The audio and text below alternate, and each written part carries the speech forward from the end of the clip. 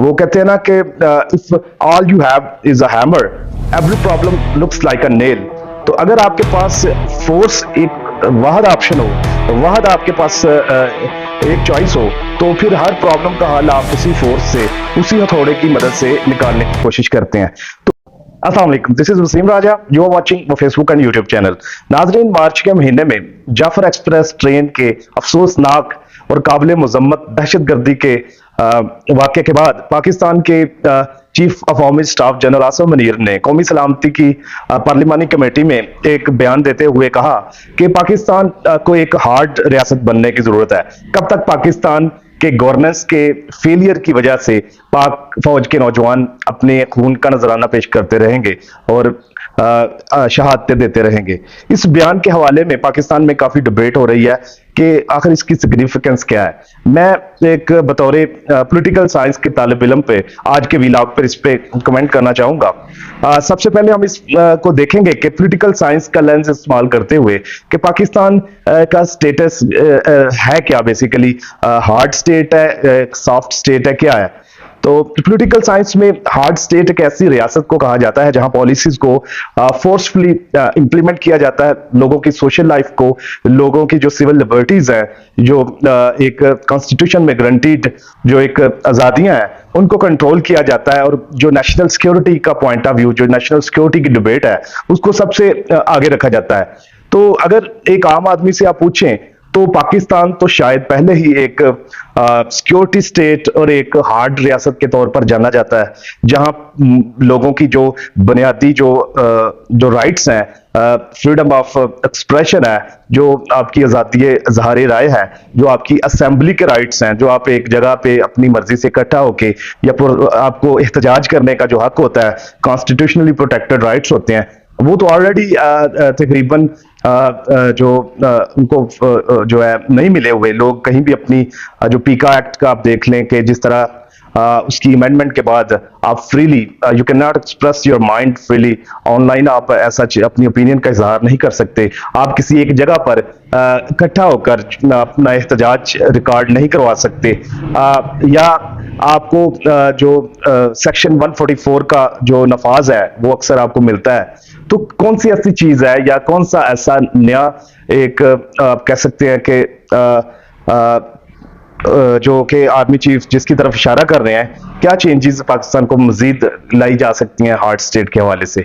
तो उनका मेरा ख्याल है जो उनकी नज़र में हार्ड स्टेट उस तर्ज पर वो कंट्रोल करना चाहते हैं इंफॉर्मेशन को, लोगों की सोशल लाइफ को, शख्सी आज़ादियों को, जिस लाइन्स पे चाइना या सऊदी अरेबिया में किया जा रहा है। लेकिन यहाँ हमारे जो पावर्स है, पावर्स दैट बी, जो लोग पावर्स लीवर्स को कंट्रोल कर रहे हैं, वो भूल जाते हैं कि उन कंट्रीज ने अपने जो शहरियों को बुनियादी हुकूक के इवज, जो उनकी जो शख्सी आज़ादियां हैं, जो फ्रीडम ऑफ एक्सप्रेशन है, उसके इवज उनको मुआशी तरक्की दी है, उनको उनके बुनियादी मसाइल से निजात दिलाई है, उनको खिलौने देकर बहलाया गया है। जो कि चाइना में आप देख सकते हैं कि एक एग्जाम्पल है, पिछले 20 साल में जिस तरह से उन्होंने 700 समथिंग मिलियन पीपल को पॉवर्टी से निकाला है। सऊदी अरेबिया में भी लोगों को जिस तरह वो नवाजते हैं। तो पाकिस्तान में जो एहतजाज हो रहे हैं, जो लोग सड़कों पर आ रहे हैं, अगर आप बीएलए के एक्शंस को देखें तो उसको तो क्रश करने की जरूरत है, लेकिन वो जो पीसफुली, जो पुरअमन तरीके से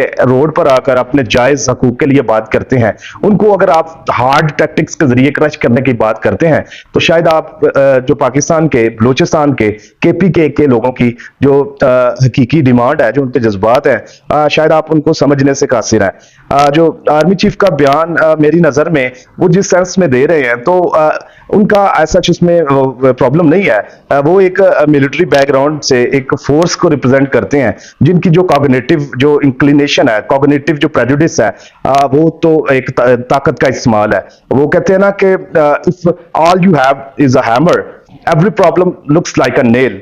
तो अगर आपके पास फोर्स एक वाहद ऑप्शन हो, वाहद आपके पास एक चॉइस हो, तो फिर हर प्रॉब्लम का हल आप उसी फोर्स से, उसी हथौड़े की मदद से निकालने की कोशिश करते हैं।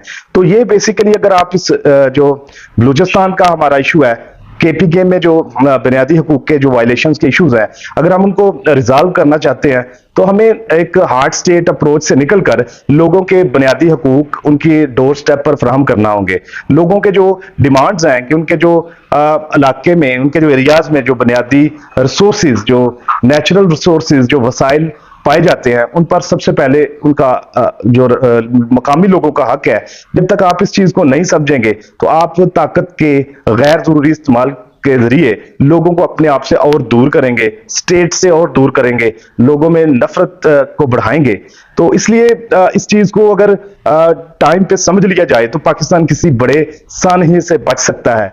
नहीं तो पाकिस्तान इस वक्त, जैसे कि हम शुरू से सुनते आ रहे हैं कि पाकिस्तान एक बड़े नाजुक दौर से गुजर रहा है, Pakistan is at crossroads. तो राइट तो पाकिस्तान वाकई में एट क्रॉस रोड्स, पाकिस्तान को बड़े सीरियस किस्म के एग्जिस्टेंशियल थ्रेट्स का सामना है, जिनको हल करने के लिए पाकिस्तान की जो पॉलिटिकल नाम नहाद पॉलिटिकल फोर्सेस हैं, एटलीस्ट उनको सामने आना होगा और जो ताकत के अंधे इस्तेमाल से परहेज करना होगा। आज के लिए इतना ही, मिलते हैं अगली वीडियो में।